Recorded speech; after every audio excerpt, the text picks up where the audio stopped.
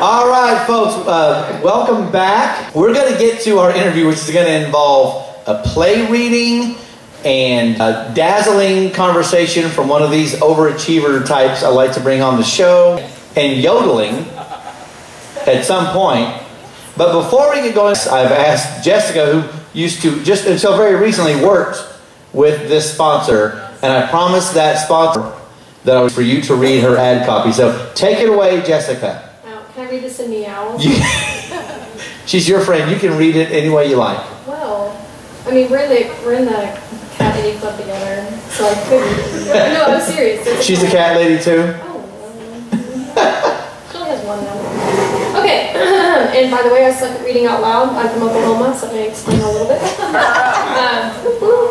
Okay, Tanya Ruff, turn her up. Is that good? Yeah. It's not that good. It's good enough for me, whatever works, really. Tanya Ruff, realtor. Ruff, R-U-F-F. Listen. There are few things that are more important or more stressful than buying or selling a home, which makes it even more important that you have a realtor who's going to do all the hard work for you. Wichita Falls realtor Tanya Ruff wants to earn your business by working hard to sell your home or to help you find that house you've been looking for. Home sweet home. So serious. Man. Tanya Ruff. She's with Hershey Realtors. Find her on Facebook or at tanyaruff.com. Her name is T-A-N-Y-A. For years. RUFF.com. Tanya Ruff at Hershey Realtors. There you go. Nicely done. Jaclyn here is one of these people that you went to school with and you probably didn't like her. So true. Because she just fucking does everything great. I was the president of the service club. Fuck off. I mean, wait. Yearbook editor, spelling bee champion. Well, we'll spell off right here. I can spell some shit. Spell Tanya Ruff.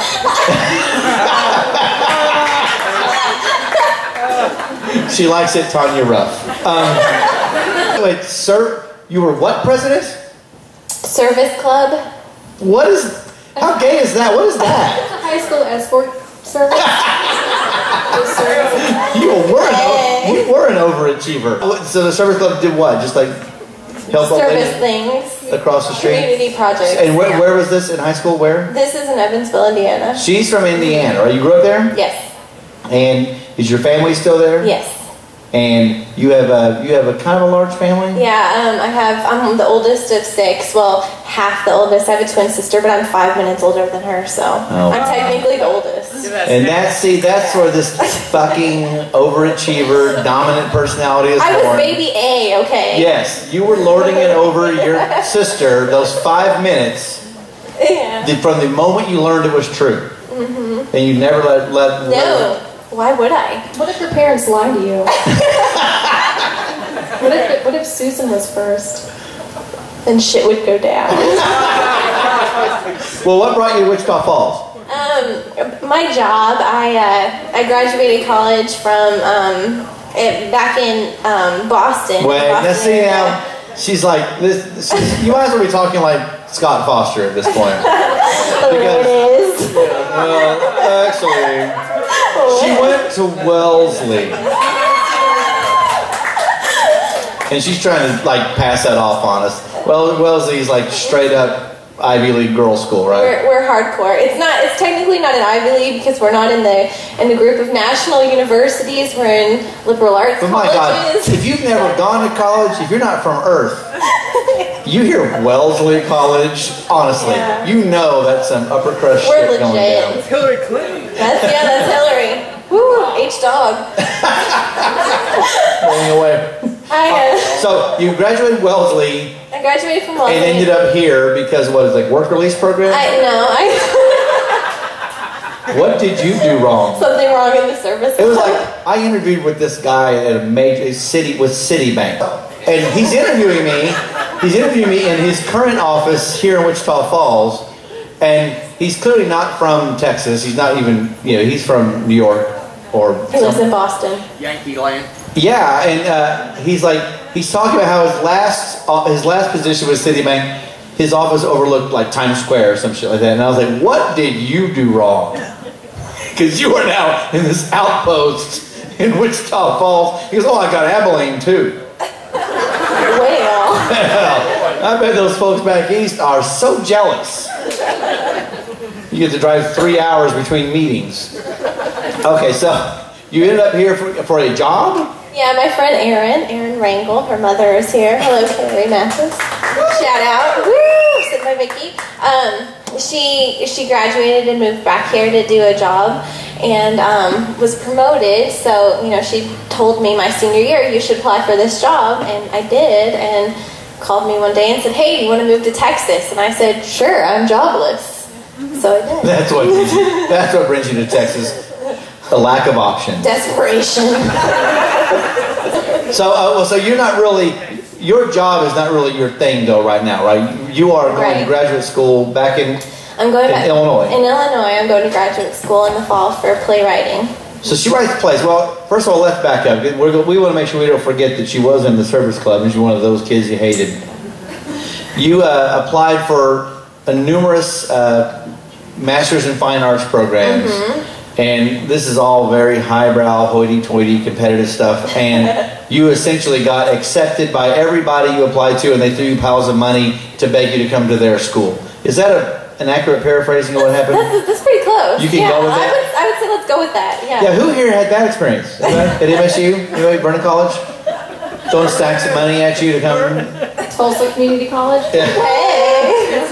Yeah. TCC? Yeah. I think you actually went to more semesters at Tulsa Community College than you came away with. As a freshman, yeah. Then you came away with credit hours. Yeah. Still approximately 23. I went 6 semesters but got 3 hours. It was 5.5. That's a bad average. Don't hate. You know what? I'm patient. That's my excuse. And she's fancy. And I'm fancy. With her hand-drawn shirts. You know what? This is going to sell for ones and ones later tonight. Maybe, maybe a 10. Did you bring more or are you just going to sell the one shirt?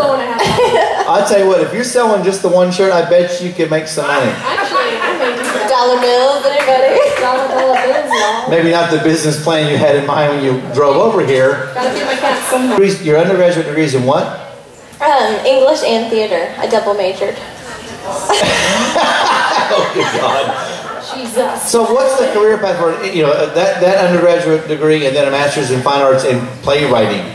Well, I mean, I can do different things. I could teach college, or I could get plays published and hope people buy them and make money off of them.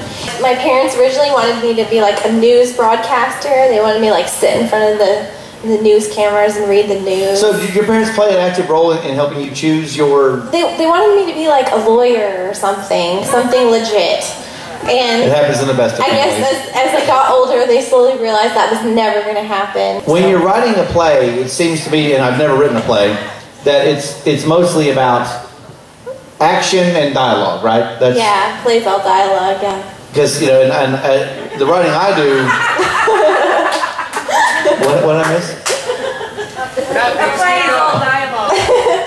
It's not all dialogue. There's action. People walk around and do things. They do. They do things. They do, but it's... Honey, you do this every week. Oh, hell no. So I was not born in 82. So here's what we're going to do. She has, Jaclyn has brought, you've dialed in over there, Chris? She has brought a one-act, what's this? No, 10 minutes. A 10 minutes play that we are going to read through real quick.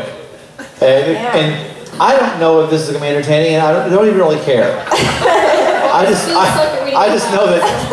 You can't read out loud, she only reads in meows. I just know that this isn't going to happen anyplace else, right? So, if nothing else, it's a unique experience, even if it's...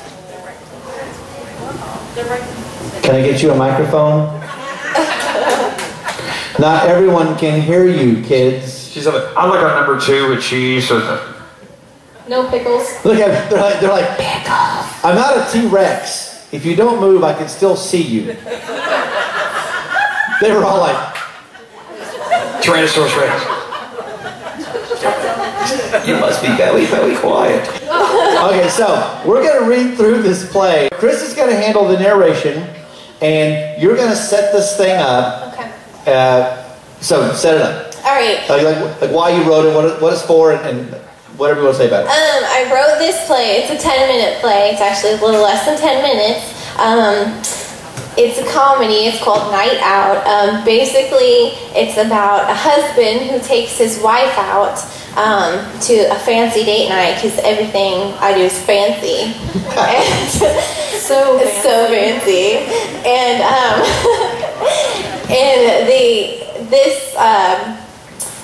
And in this scene, they're starting to deal with some issues that they've had while they're talking about some paintings. Okay, so that's the setup. And what's the play called? It's called Night Out.